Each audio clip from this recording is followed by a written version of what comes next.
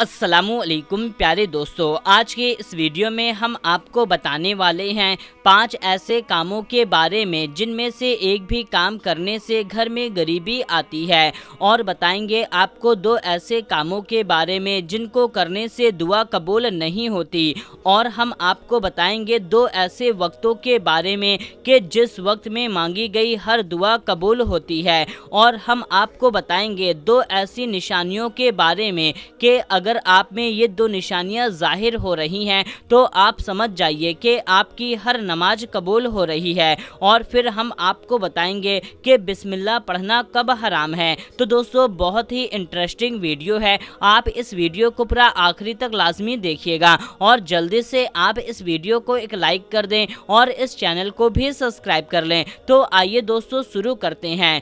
दोस्तों, आप माने या ना माने, लेकिन हम लोग जाने अनजाने में कुछ ऐसे काम कर बैठते हैं जिन कामों की वजह से हमारे घर में गरीबी आने लगती है, हमारे घर में तंगदस्ती मुफलिसी आने लगती है। तो आइए जानते हैं उन 5 कामों के बारे में जिन कामों से घर में गरीबी आती है। नंबर 1, रात में झाड़ू लगाने से।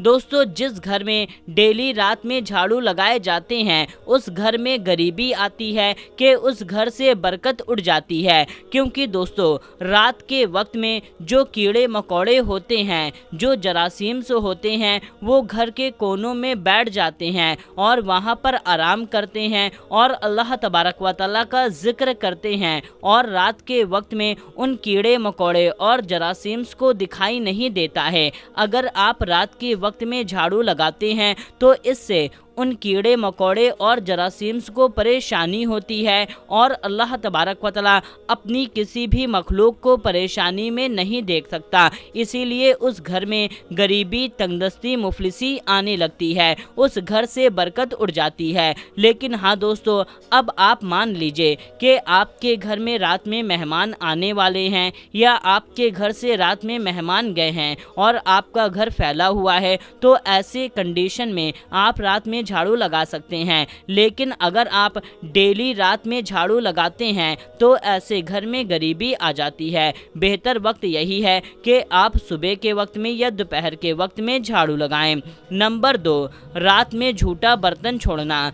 दोस्तों, जिन घरों में रात में झूठे बर्तन छोड़े जाते हैं, यानी कि खाना खाने के बाद रात में बर्तन धुल करके नहीं रखे जाते, तो ऐसे घरों में गरीबी आती है कि जब सुबह के फजर के वक्त में फरिश्ते रिज़्क लेकर के आते हैं और देखते हैं कि जिन घरों में रात के झूठे बर्तन छोड़े गए हैं उस घर में रिज़्क तकसीम नहीं करते हैं।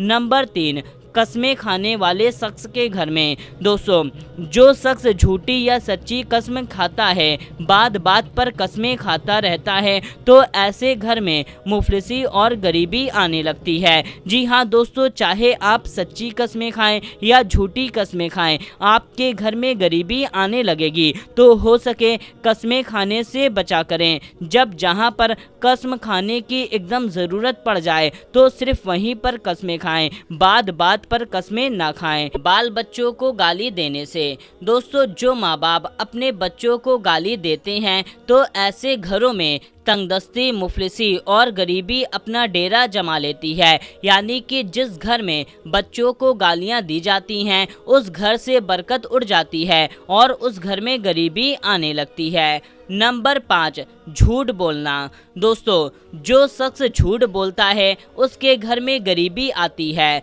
झूठों पर अल्लाह की लानत है। तो जो भी शख्स बात बात पर या ऐसे वैसे कामों में झूठ बोलता है तो उसके घर में गरीबी आने लगती है। दोस्तों, आइए अब हम आपको बताते हैं 2 ऐसे कामों के बारे में जिनको करने से दुआ कबूल नहीं होती। दोस्तों, बाज लोगों की शिकायत होती है कि हम दुआ तो बहुत मांगते हैं लेकिन हमारी दुआएं कबूल नहीं हो रही। हम सालों से बरसों से दुआ मांग रहे हैं, रो रो करके दुआ मांग रहे हैं, लेकिन हमारी दुआ कबूल नहीं हो रही। अगर दोस्तों आप इन 2 कामों में से कोई काम कर रहे हैं तो आपकी दुआ हरगिज़ कबूल ना होगी। नंबर 1, हराम का खाना। दोस्तों, जो शख्स हराम का खाता है तो उसकी कोई भी दुआ कबूल नहीं होती है। कि एक बार हज़रत मूसा अलैहिस्सलाम किसी जंगल के रास्ते से से गुजर रहे थे कि वहाँ पर एक शख्स अपना दोनों हाथ फैलाए घुटनों के बल बैठा हुआ था और खूब रो रो करके दुआ मांग रहा था। वो शख्स इतना ज़्यादा, इतनी शिद्दत से रो रहा था कि हज़रत मूसा अलैहिस्सलाम को उस पर रहम आ गई और उन्होंने अल्लाह ताला से अर्ज़ करी कि या अल्लाह, तो इस बंदे की दुआ कबूल क्यों नहीं करता? तो अल्लाह तबारक व तआला ने फरमाया, ए मूसा, अगर ये शख्स अपने दोनों हाथों को इतना बुलंद करे कि इसके दोनों हाथ आसमान तक पहुंच जाएं, तो भी मैं इसकी दुआ कबूल नहीं करूंगा। ए मूसा, अगर ये शख्स इतना रोए कि रोते रोते मर जाए, तो भी मैं इसकी दुआ कबूल नहीं करूंगा। इस पर हज़रत मूसा अलैहिस्सलाम ने फरमाया, ए अल्लाह, आखिर इसने ऐसा कौन सा काम कर दिया है? तो अल्लाह तबारक व तआला ने फरमाया, ए मूसा, इसने जो लुकमा खाया है वो हराम का है, इसने जो लिबास पहना है वो हराम की रकम का है, और इसके घर में जो माल पड़ा हुआ है वो भी हराम का है। तो मेरे प्यारे दोस्तों, हराम खाने वाले की दुआ कबूल नहीं होती है। नंबर 2, दुरूद पाक ना पढ़ना। दोस्तों, जो शख्स दुआ मांगने से पहले और दुआ मांगने के बाद दुरूद पाक नहीं पढ़ता है, उसकी दुआ कबूल नहीं होती। कि हज़रत उमर फारूक आज़म रज़ियल्लाहु ताला अन्हो फरमाते हैं कि जो शख्स दुआ में दुरूद पाक को शामिल नहीं करता, तो उसकी दुआ ज़मीन और आसमान के बीच लटकती रहती है, वो कबूल नहीं होती। आइए दोस्तों, अब हम आपको बताते हैं 2 वक्त ऐसे हैं जिस वक्त में मांगी गई दुआ कबूल होती है, जिसमें से पहला वक्त है तहज्जुद का वक्त। दोस्तों, जो शख्स तहज्जुद के वक्त में दुआ मांगता है तो उसकी दुआ कबूल हो जाती है। दोस्तों, जो भी शख्स 3 बजे से 5 बजे के बीच में, ये वक्त आधी रात का वक्त होता है, इस वक्त में अल्लाह तबारक व तआला 7वें आसमान से पहले आसमान पर नुज़ूल फरमाता है और फरमाता है कोई दुआ मांगने वाला कि उसकी दुआ कबूल की जाए, है कोई फरियाद करने वाला कि उसकी फरियाद कबूल की जाए, है कोई बख्शिश तलब करने वाला कि उसको बख्श दिया जाए। और यही चीज़ अल्लाह तबारक व तआला फजर के वक्त तक फरमाता रहता है। तो तहज्जुद के वक्त में आप दुआ मांगे, आपकी दुआ कबूल होगी। और दूसरा वक्त है मगरिब की अजान से पहले।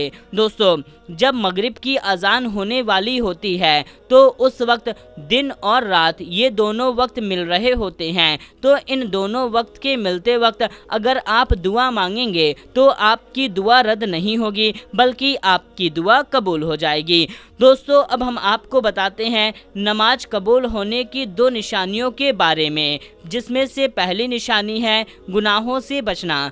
दोस्तों, अगर आप नमाज पढ़ रहे हैं और आप सोच रहे हैं कि मेरी नमाज कबूल हो रही है या नहीं, तो आप अपने अंदर देखें कि जब आप नमाज पढ़ते हैं उसके बाद में अगर आप अपने आप को गुनाहों से बचा रहे हैं, जहां पर गुनाह हो रहा है वहां पर नहीं जा रहे हैं, या आप कोई भी ऐसा काम नहीं कर रहे हैं जो गुनाह वाला काम है, आप अपने आप को गुनाह से बचा रहे हैं, तो आप समझ जाइए कि आपकी नमाज कबूल हो रही है। और दूसरी निशानी ये है कि जब आप एक नमाज पढ़ लें और आपको दूसरी नमाज पढ़ने की फ़िक्र होने लगे, तो आप समझ जाना कि आपकी नमाज कबूल हो गई। यानी कि दोस्तों, आपने फजर की नमाज पढ़ी और फिर आपको जोहर के नमाज की फ़िक्र होने लगी, या तो आपने अशर की नमाज पढ़ी और आपको मगरिब की नमाज की फ़िक्र होने लगी, तो आप समझ जाना कि आपकी नमाज कबूल हो रही है।